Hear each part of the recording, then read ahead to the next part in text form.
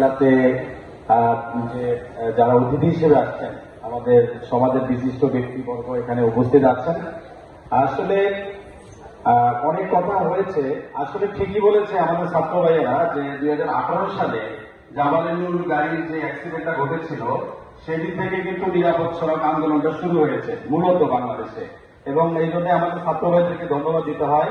তারা ভালো কাজ করেছে এবং আজকে তাদের সাথে তাদেরকে নিয়ে মালিক সমিতি এবং আমাদের শ্রমিক নেতারা সহ যারা যুক্ত আছেন, ভালো লাগছে যে এত সুন্দর অনুষ্ঠান।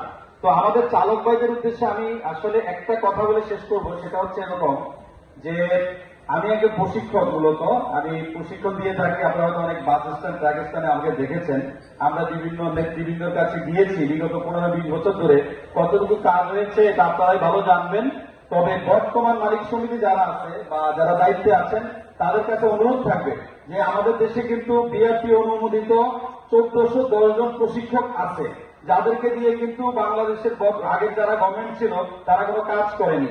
তো আপনারা যারা এখন দায়িত্বে আছেন বা আসতেছেন তাদের কাছে অনুরোধ থাকবে যে আমাদের 1410 জন বিআরটি অনুমোদিত প্রশিক্ষকদেরকে আপনারা প্রশিক্ষণ কাজে যুক্ত করবেন। পাশাপাশি আমি আরেকটা কথা বলবো, আজকে যেহেতু মালিকরা আছেন, আমরা চালক ভাইরা এদের অবদান কোনোভাবেই কম নয়। চালকদের অবদান অনেক বেশি এবং সবচেয়ে বেশি কাজ করে ডাক্তার, ইঞ্জিনিয়ারের মতো চালকও কিন্তু দায়িত্ব নিয়ে কাজ করে।